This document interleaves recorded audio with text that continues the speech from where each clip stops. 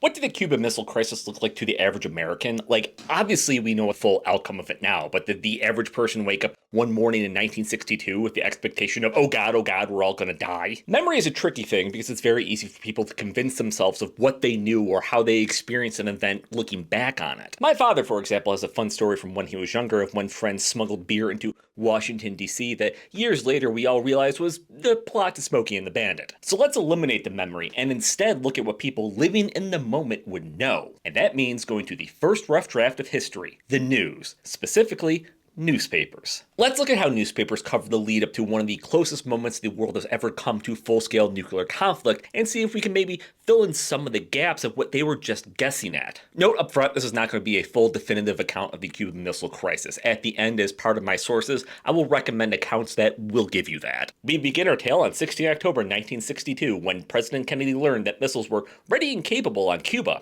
And the nation woke up to the news that former President Eisenhower thought that the current president was weak on defense. Actually, I lied. Let's go to a few days earlier, when the Kennedy administration had said on television that the Soviet Union definitely wouldn't soon be able to hurl rockets into the American heartland. Because that morning, a US Air Force-controlled U-2 had flown over Cuba taking pictures that by the next morning, 15 October, would show the CIA that the Soviet Union absolutely had these rockets in Cuba. This brings us to 16 October 1962. The front page of the New York Times, which Kennedy reads, has news that Eisenhower had hit back at Kennedy's criticisms in the lead up to the November midterms. Cleveland didn't cover Ike on the front page. He was on page 11, curiously, right next to an article about a possible quarantine of Cuba. Kennedy is informed that morning of the missiles, literally while laying in bed, and later would convene what would become known as the XCOM, or the Executive Committee of the National Security Council, which included, among others, Vice President LBJ, Secretary of State Dean Rusk, Secretary of Defense Robert McNamara, Attorney General Robert F. Kennedy, Director of the CIA John McCone, Chairman of the Joint Chiefs of Staff Maxwell Taylor, and various others. The major decisions of the next 13 days would flow all through this group. They would, on this day, set out 4 options on how to move forward, with the assumption that the rockets weren't yet ready to fire. 1. A single surgical airstrike on the missile bases. 2. An attack on various Cuban facilities. 3. A comprehensive series of attacks and invasion. Or 4. A blockade of Cuba. The New York Yankees win their 20th World Series, and 2 meetings are noted in the morning news. First, JFK would be meeting the Soviet foreign minister in the next day, and 2, Khrushchev had met the American ambassador the day before. While these are assumed to be more concerned with Berlin in public, at the Khrushchev meeting, he had denied there's anything offensive about the Soviet presence in Cuba, while critiquing American presence in Turkey and Italy. Later that morning, Kennedy would be told by the American ambassador to the United Nations, Adlai Stevenson, that world opinion wouldn't necessarily be on America's side due to missiles in Turkey. Further, Soviet embassy official Georgy Bolshakov conveys to Kennedy, eventually the process of communicating between the United States and the Soviet Union was really complicated at this point. Unless otherwise noted, all communication between the two countries was through intermediaries. That the arms heading to Cuba are only for defensive purposes. By this point, the United States knows there are offensive weapons on Cuba, but are still unsure how much longer it will be until they're operational. The 18th dawns, and with it news that Kennedy campaigned in Connecticut, and that Khrushchev was looking to visit the United States. Meanwhile in Miami, a Minuteman missile had gone wildly off course, while a major buildup of air defenses in Florida had started to be built. The day begins with news that the Soviet Minister of Foreign Affairs, Andrei Gromyko, had met with Kennedy, and they had failed to resolve the American-Soviet differences over Berlin. Stepping back for a second, while Cuba was in the back of everybody's mind, everybody assumed that any negotiation happening was happening because of Berlin. It had been just a little over a year since the Berlin Wall had been erected, and almost a full year since tanks were pointed at each other at Checkpoint Charlie. Throughout the previous day, the XCOM had debated the morality of a preemptive strike in Cuba. Then, that evening, Kennedy had hosted Gromyko. The two argue over what is happening in Cuba. Gromyko asserts that he had been instructed to say that the US is pestering a small nation, and all the USSR is doing is defending it. Kennedy, not letting on that the US knows of the missiles, reiterates that the US will not tolerate offensive weapons in Cuba. That night, Robert Kennedy has the Department of Justice start to draft the legal basis the United States will use to institute the blockade of Cuba. October 21st opens to quite the front page news. The president had a cold. and the poor guy had cut his campaigning short because of the sniffles. In most newspaper accounts I've pulled of this morning, the press is making fun of Kennedy. What kind of president is this who rushes back to DC because of a cold? Why would he? The previous morning, 20 October, McNamara had alerted Air Force squadrons in preparation for a possible first strike. There would be no time to wait if that is indeed the course of action to take, as was seemingly increasingly necessary. Kennedy was called while on the road by his brother that he was needed back in Washington. It was time to make a decision between airstrike or blockade. In the early afternoon while debating the first strike, a member of the Joint Chiefs of Staff suggested using a nuke. Kennedy, instead, starts to lean towards quarantine, but decides to make his final decision the next morning. By the end of the day, the CIA would confirm that the Soviet Union's missiles were ready to go, and while it couldn't be confirmed they had nukes, it was best to assume they did. Kennedy canceled the rest of his campaigning, but while the press the next morning would be making fun of him, one person had noticed something was up. James Reston of the New York Times.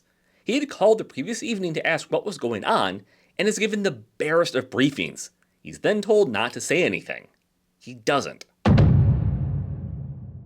On 22 October, the nation wakes up to the news that something major is about to go down in Cuba, and the president would address the nation that night. Troop and ship action were now known. It was suspected that action was also imminent in Berlin. The cold was begrudgingly realized as a ruse, but all the news knew was that everyone would find out that night when Kennedy spoke. Well, most everybody in the White House press corps figured out what was going on after James Reston had beat them to it.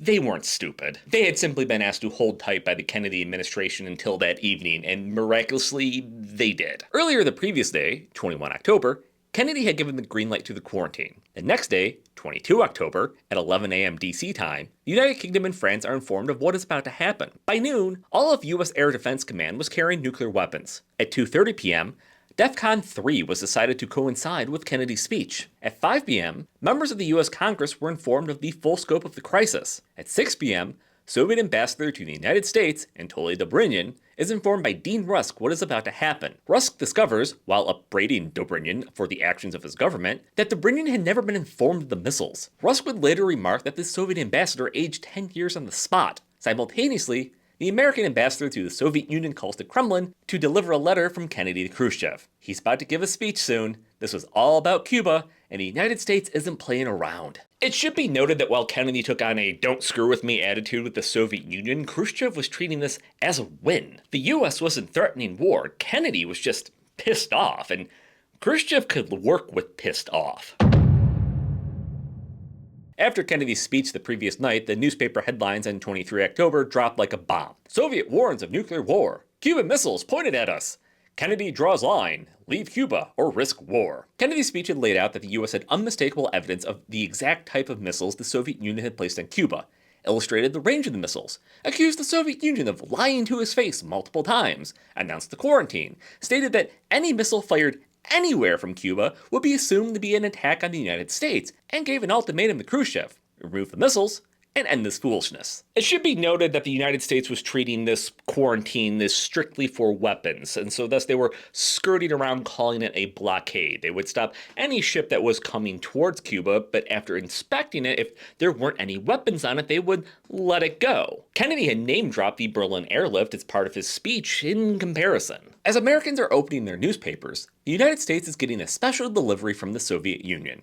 A letter from Nikita Khrushchev. Mr. President, I have just received your letter. I must say, frankly, that measures indicated in your statement constitute a serious threat to peace and to the security of nations.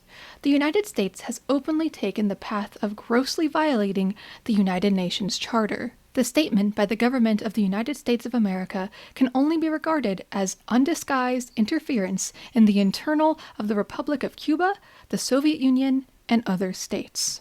We affirm that the armaments which are in Cuba are intended solely for defensive purposes in order to secure the Republic of Cuba against the attack of an aggressor. I hope that the United States government will display wisdom and renounce the actions pursued by you, which may lead to catastrophic consequences for world peace. Kennedy would respond later that evening. Dear Mr. Chairman, I think you will recognize that the step which started the current chain of events was the action of your government in secretly furnishing long-range missiles to Cuba. In the meantime, I am concerned that we both show prudence and do nothing to allow events to make the situation more difficult to control than it already is. With this in mind, I hope you will issue instructions to your ships bound for Cuba not to challenge the quarantine. Kennedy would officially proclaim the quarantine after sending the letter. and thus the world began to hold its breath. The morning of 24 October begins with the news of the quarantine officially beginning, and that the Soviet Union was responding in kind with a military alert to the arrogant American actions. A poll found that 84% of Americans supported the blockade, while a fifth believed that it would lead to World War III. Thus answering my question if everybody woke up one morning in October going, oh God, we're all gonna die. Meanwhile in Washington, the previous evening, the Soviet Union had sent a bunch of casual signals that it fully intended to defy the blockade, and called the United States bluff. Despite this, the Department of Defense had then announced that it appeared that some Soviet ships had altered course. Then that evening, another letter from Khrushchev arrives, saying in part, Dear John, what the bro? Just imagine, Mr. President, that we had presented you with the conditions of an ultimatum which you have presented us. How would you have reacted to this? I think that you would have been indignant at such a step on our part. Who asked you to do this? By what right did you do this? You, Mr. President, are not declaring a quarantine, but rather are setting forth an ultimatum and threatening that if we do not give in to your demands, you will use force. You are no longer appealing to reason, but wish to intimidate us. No, Mr. President, I cannot agree to this, and I think that in your own heart you recognize that I am correct. I am convinced that in my place you would act the same way. The US has moved to DEFCON 2. The Strategic Air Command commander would transmit this, in fact, uncoded so that the Soviet Union would know exactly what was going on. Meanwhile, Kennedy penned his reply. Dear Mr. Chairman, I regret very much that you still do not appear to understand what it is that has moved us in this matter. The sequence of events is clear. I ask you to recognize that it was not I who issued the first challenge, and that in the light of this record, these activities in Cuba required the responses I have announced. The news the morning of 25 October has a bit of hope. Some Soviet ships appear to be veering off course. War still seems likely, but hope! Also, a curious column appeared in many newspapers by Walter Lippmann. In it, Lippmann suggested that everyone could save face by the US removing missiles in Turkey in exchange for the Soviet missiles in Cuba. Shockingly, Lippmann had no knowledge or ties to any plans. He was just a concerned citizen suggesting an out. The removal of the missiles from Turkey and Italy had been bandied around by all concerned players in DC, but Turkey had already told the US they would not accept removing them from their territory. But the idea is now in public. It's a surprise tool that will help us later. Taking a step back, the Soviet Union up to this point was describing any of the missiles in Cuba as purely being defensive in nature, and that any proof that the United States had of their offensive nature was merely fabricated. And also fair play to Castro and Cuba, because as all this is going down, they are publicly letting everybody know that if Cuba is going down, they are going down swinging. The hope from the previous morning continues on 26 October. A ship was let through that obviously didn't have weapons on it. Okay, maybe things aren't so bad. And the US is embarrassing the USSR at the UN, showing proof they lied. This is all turning out to be a big deal. About at 5 p.m. the previous day, the CIA informed XCOM that some of the missiles in Cuba were now fully operational. And that evening, National Security Action Memorandum 199 was signed, authorizing the loading of nukes on planes in Europe. Then, the evening of the 26th, a member of the KGB approached a correspondent for NBC News who had contacts in the White House. War seems about to break out. Would the White House be interested in a solution? Shortly after, another letter from Khrushchev arrives. It's noted for both its length and its highly emotional nature, but it also contains an incredible offer. Let us therefore show statesmanlike wisdom. I propose, we, for our part, will declare that our ships bound for Cuba will not carry any kind of armaments. You would declare that the United States will not invade Cuba with its forces and will not support any sort of forces which might intend to carry out an invasion of Cuba. Then the necessity for the presence of our military specialists in Cuba would disappear. Mr. President, we and you ought not now to pull on the ends of our rope, in which you have tied the knot of war. You yourself understand perfectly of what terrible forces our countries dispose. Consequently, if there is no intention to tighten that knot and thereby to doom the world to the catastrophe of thermonuclear war, then let us not only relax the forces pulling on the ends of the rope, let us take measures to untie that knot. We are ready for this. Depending on where you are in the country, what has become known as Black Saturday begins with the news that either the Soviet Union is slowing down their ships as the United States and Soviet Union work things out, or the US is threatening military action. If this seems confusing, well, behind the scenes things weren't much better. The previous night, Bobby Kennedy had met with Dobrynin, where he floated the possibility that the US was willing to deal regarding Turkey. And then Fidel Castro sent a message to Khrushchev saying, the US is about to attack us, and then ordered all Cuban anti-aircraft forces to fire on anything American that flew above. It should be noted that years later, Castro said two things about his actions. One, he was mistranslated, and two, knowing what he knows now, he regrets the actions he almost took. 28 October opens with the news that a U-2 was lost on patrol, and that the US is rejecting offers to link the missiles in Turkey to Cuba, and that thousands of Americans are being called to active duty while McNamara refuses to answer questions about invasion. If you think those headlines give the impression that something major happened the previous day, you aren't anticipating the half of it. After Khrushchev's earlier letter, a second one came through the morning of the 27th and was broadcast to the world. Remove the missiles in Turkey, and then, and only then, would the USSR remove the missiles in Cuba. Kennedy's reaction is basically he boxed us into a corner because the court of public opinion would view that as a completely fair trade. As this is happening, a U-2 from Alaska accidentally strayed into Soviet airspace. A confrontation almost ensues, and while McNamara is losing his mind about how that would have started World War III, Kennedy can't help but laugh. And then a U-2 is shot down over Cuba.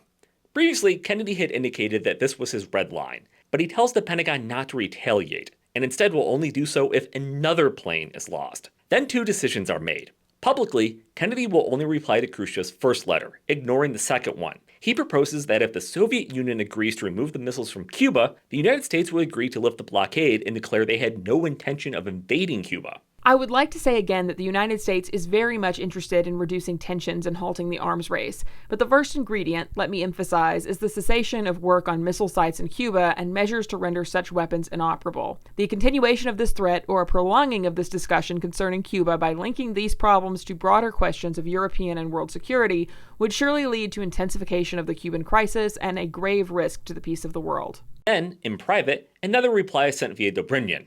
After everything calms down, the US will remove the missiles from Turkey in a way that isn't seen as being linked to Cuba. But if this isn't wrapped up soon, and if another plane is shot down, the US will invade Cuba. As this is happening, news reaches the White House that the Soviet Union has rejected the Americans' quarantine line. Things get so testy that there would later be claims that American and Soviet ships were eyeball to eyeball waiting for instructions. A Soviet submarine almost actually launched nukes. But then, that morning of 28 October, as Americans were reading news that sounded like the United States had reached the point of no return, a message from Khrushchev was broadcast by Radio Moscow at 9 a.m. Eastern Standard Time. I regard with great understanding your concern and the concern of the United States people in connection with the fact that the weapons you describe as offensive are formidable weapons indeed. Both you and we understand what kind of weapons these are. In order to eliminate as rapidly as possible the conflict which endangers the cause of peace, to give an assurance to all people who crave peace, and to reassure the American people who, I am certain, also want peace, as do the people of the Soviet Union, the Soviet government, in addition to earlier instructions on the discontinuation of further work on weapons construction sites, has given a new order to dismantle the arms which you described as offensive, and to crate and return them to the Soviet Union. Mr. President, I should like to repeat what I had already written to you in my earlier messages, that the Soviet government has given economic assistance to the Republic of Cuba, as well as arms, because Cuba and the Cuban people were constantly under the continuous threat of an invasion. The Cuban people want to build their life in their own interests without external interference. This is their right, and they cannot be blamed for wanting to be masters of their own country and disposing of the fruits of their own labor. Kennedy immediately replied to Khrushchev via telegram, noting he had only heard snippets of the address and nothing official, but basically breaking Khrushchev's hand off accepting the acquiescence. Then, he publicly issues a statement. Khrushchev's statesmanlike decision to stop building bases in Cuba, dismantling offensive weapons, and returning them to the Soviet Union. This is an important and constructive contribution to peace. It is my earnest hope that the governments of the world can, with a solution of the Cuban crisis, turn their urgent attention to the compelling necessity for ending the arms race and reducing world tensions. This applies to the military confrontation between the Warsaw Pact and NATO countries, as well as to other situations in other parts of the world where tensions lead to the wasteful diversion of resources to weapons of war. The news that greets Americans the morning of 29 October is amazing. The crisis, effectively, was over. Behind the scenes, most members of the Joint Chiefs of Staff were pissed at Kennedy and still pressed for an invasion, the belief being the Soviet Union wasn't serious. Curtis LeMay advocated for making an airstrike just to show that the US was serious. Fidel Castro went into a rage about Khrushchev for effectively abandoning him and backing down. Che Guevara publicly stated that if Cuba had been in control, they would have attacked. Weeks of work and verification would still need to be accomplished, but the world could finally move on. The dramatic nature of the Cuban Missile Crisis and the effect it had on everybody involved would continue to reverberate. Up until this point, Democrats in the United States had this weight hung around their necks that they were soft on communism and the Soviet Union. But with the Soviet Union backing down, the Democrats once again appear credible on defense, which is going to become very important towards actions that are starting to pop up in Southeast Asia. Meanwhile, the event is an unmitigated disaster for Khrushchev. He was already viewed unfavorably within the party, and as this was all going on, the crisis hadn't seemed like such a big deal within the Soviet Union. Khrushchev wasn't making a big deal about it. He was seen going out in public and publicly going to plays. And then with this news that he had backed down to the Americans, it severely damages his credibility. And within 2 years, he would be cooed by his own party. At the beginning, I said I would have recommendations on if you wanted a blow-by-blow account of the crisis and the sources that I leaned on. So first, 1 Minute to Midnight, Kennedy, Khrushchev, and Castro on the Brink of Nuclear War by Michael Dobbs, and The Silent Guns of 2 Octobers, Kennedy and Khrushchev Played the Double Game by Theodore Voorhees are two excellent reads. Second, the National Security Archive confirmed much of the timeline that I use and where I pulled a lot of the sources from. And third, 13 Days in October by the JFK Library Museum was incredibly helpful for piecing all of this together. I would also like to thank Professor Meredith and Lady Istihar for voicing Kennedy and Khrushchev, respectively.